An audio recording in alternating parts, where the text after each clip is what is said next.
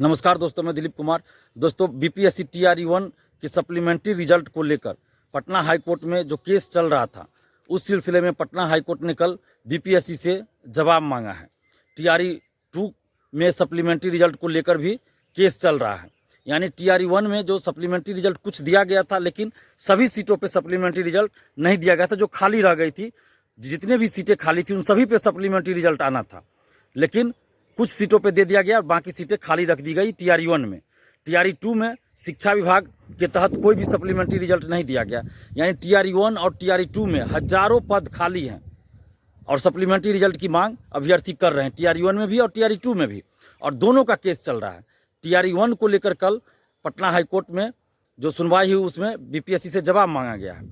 तो इस सिलसिले में हम आप लोग को ये बताना चाहते हैं कि कोई भी जब याचिका दायर होती है पटना हाईकोर्ट में या किसी भी हाईकोर्ट में, ऐसे मुद्दों पे केस होता है, तो जो संबंधित आयोग होता है, बोर्ड होता है या सरकार होती है, उससे पटना हाईकोर्ट हो या कोई भी राज्य का हाईकोर्ट हो या सुप्रीम कोर्ट हो, तो जवाब मांगती है। 2 सप्ताह में, 4 सप्ताह में, 6 सप्ताह में वो जवाब मांगा जाता है कि इस पे आप अपना जवाब प्रस्तुत कीजिए।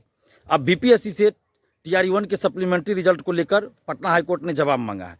अब बीपीएससी क्या जवाब देती है, तो उसको आप लोग को देखना होगा। जो भी इसमें पिटिशनर हैं, जो पिटिशनर के एडवोकेट हैं, तो जो पिटिशनर हैं आप लोग, उनको कम से कम इस चीज़ को ध्यान रखना होगा कि बीपीएससी क्या जवाब देती है। उसके एक एक वर्ड का आपको अध्ययन करना पड़ेगा और फिर उसका जवाब आपके एडवोकेट को पटना हाईकोर्ट में रखना पड़ेगा, तब जाकर आप केस जीतिएगा। तो ये जो पटना हाईकोर्ट ने कल जवाब मांगा, ये सामान्य प्रक्रिया है, ये हर केस में होता है कि कोई भी केस हुआ, याचिका दायर हुआ, तो उस पर संबंधित बोर्ड या आयोग से जवाब मांगा जाता है। तो इसलिए आप लोग को सतर्क रहने की जरूरत है। जो भी पिटिशनर हैं, टीआरई-1 के हों या टीआरई-2 के, आप लोगों को सतर्क रहना पड़ेगा कि बीपीएससी से जो जवाब पटना हाईकोर्ट मांगी है या टीआरई-2 में मांगा ही जाएगा। टीआरई-2 में भी जब केस चलेगा तो टीआरई-2 में भी यही होगा कि 4 सप्ताह या 3 सप्ताह या 6 सप्ताह के अंदर बीपीएससी को जवाब देना होगा। तो बीपीएससी क्या जवाब देती है, उसका आप लोग को एक एक वर्ड का अध्ययन करना होगा, फिर उसमें खामी निकालना पड़ेगा और उसका जवाब आप लोगों के जो वकील होंगे उनको देना होगा। उसके बाद फिर पटना हाईकोर्ट का डिसीजन आता है। तो ये सामान्य प्रक्रिया ऐसे ही चलती है। और टीआरई-1 टीआरई-2 में तो सभी सीटों पर रिक्तियां जो आई थी, जितने सीटों पे, उतने पे बहाली पूरी होनी चाहिए। कोई भी वैकेंसी में ऐसा होता है, चाहे दरोगा, सिपाही हो, बीपीएससी सिविल सेवा या कोई भी हो, जितने सीटों के लिए रिक्तियां भेजी जाती है संबंधित बोर्ड को, आयोग को, उतने सीटों पे बहाली पूरा करके अंतिम रूप से चयनित अभ्यर्थियों की सूची भेजी जाती है। लेकिन बीपीएससी ने गलती किया। टीआरई-1 के समय भी हमने कहा था कि एक अभ्यर्थी का एक ही जगह रिजल्ट होना चाहिए और जितने सीटों पे वैकेंसी निकली है, उन सभी सीटों पर अंतिम रूप से चयनित अभ्यर्थियों की सूची बीपीएससी को जारी करना चाहिए। अगर अभ्यर्थियों के पास योग्यता है, विज्ञापन की शर्तों के अनुसार अगर अभ्यर्थी योग्यता रखते हैं, तो जितने सीटों पे वैकेंसी आई है, उन सभी सीटों पे रिजल्ट जारी होना चाहिए। लेकिन बीपीएससी ने क्या किया, काउंसलिंग के लिए सीट से कम लोगों को बुलाया और उसमें भी बहुत के पास डॉक्यूमेंट्स नहीं था, तो और सीटें खाली रह गई। तो प्रक्रिया ही गलत थी। ये जो सरकार ने हड़बड़ी दिखाई कि जल्दी जल्दी टीआरई-1 टीआरई-2 जल्दी जल्दी करना है, और बीपीएससी ने भी सरकार के कहने पे जो सरकार करती गई, तो उसका खामियाजा आज हजारों अभ्यर्थियों को भुगतना पड़ रहा है कि सब कुछ रहते हुए, योग्यता रहते हुए उनको नौकरी नहीं मिली। कट ऑफ के बराबर है, फिर भी नौकरी नहीं मिली। तो ये तो बहुत बड़ा अन्याय है।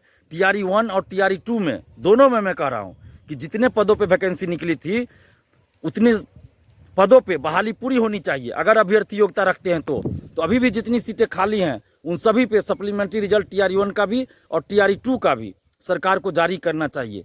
अगर सरकार ऐसा नहीं करते, पटना हाईकोर्ट में केस चल रहा है, ये अलग बात है, लेकिन सरकार अगर सप्लीमेंट्री रिजल्ट जारी कर दे तो अभ्यर्थी को शौक नहीं होता है केस लड़ने का। ये तो मजबूरी में अभ्यर्थी कोर्ट गए हैं, अभ्यर्थियों का पैसा लग रहा है, समय लग रहा है। तो सरकार को चाहिए कि टीआरई-1 टीआरई-2 दोनों का, जितना भी सीट पे अभी रिक्ति रह गया, खाली रह गया, उन पे सप्लीमेंट्री रिजल्ट जारी कर दे, ताकि अभ्यर्थियों को न्याय मिल जाए। और टीआरई-1 में और टीआरई-2 में जो भी गड़बड़ी हुई है, फर्जीवाड़ा हुआ है, उस सब की जाँच की जाए। अगर ऐसा नहीं किया जाता है तो आप तमाम अभ्यर्थियों से हम अपील करेंगे कि आप लोग इस चुनाव नोटा बटन दबाइए, किसी भी नेता को वोट मत दीजिए। क्यों वोट दीजिएगा? जब आपके लिए कोई लड़ ही नहीं रहा है तो आप किसी को वोट क्यों दीजिएगा?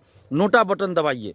और समस्तीपुर में अशोक चौधरी की बेटी को हराने के लिए, यानी कि हेलीकॉप्टर छाप को हराने के लिए, चिराग पासवान जी की पार्टी का वही चुनाव चिन्ह है, हेलीकॉप्टर ही। तो अशोक चौधरी की बेटी संभवी चौधरी को हराने के लिए आप जिसको वोट दे दीजिए, लेकिन संभवी चौधरी को वहाँ हराइए, क्योंकि अशोक चौधरी ने क्या कहा, टीआरई 3 का पेपर लीक नहीं हुआ, जबकि जांच एजेंसी ने, आर्थिक अपराध इकाई ने कह दिया था कि पेपर लीक हुआ है। उसके बाद अशोक चौधरी कैसे बोलते हैं, मंत्री हैं फिर भी बोल रहे हैं कि कोई पेपर लीक नहीं हुआ। तो यह लाखों अभ्यर्थियों के साथ अन्याय हुआ है। इसलिए अशोक चौधरी की बेटी को समस्तीपुर से हराइए, और बाकी बिहार के जितने भी लोकसभा क्षेत्र हैं 39 जो बचते हैं उस पर नोटा बटन दबाइए और स्टूडेंट पावर, यूथ पावर दिखाइए। शिक्षक गणों से भी अपील करते हैं कि आप लोग के साथ भी देखिए कितना अन्याय हो रहा है, कोई भी पार्टी सरकार में रहे अन्याय होता रहा है। इसलिए आप लोग भी नोटा बटन दबाइए। अभिभावक गणों से भी अपील कर रहे हैं कि नोटा बटन दबाइए। धन्यवाद, जय हिंद।